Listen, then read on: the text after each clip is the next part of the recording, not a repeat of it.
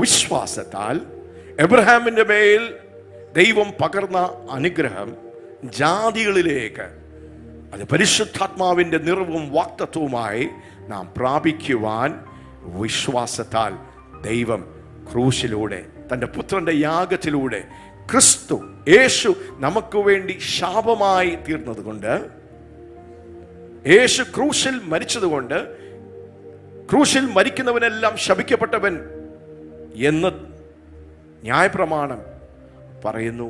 അങ്ങനെ എഴുതിയിരിക്കുന്നു.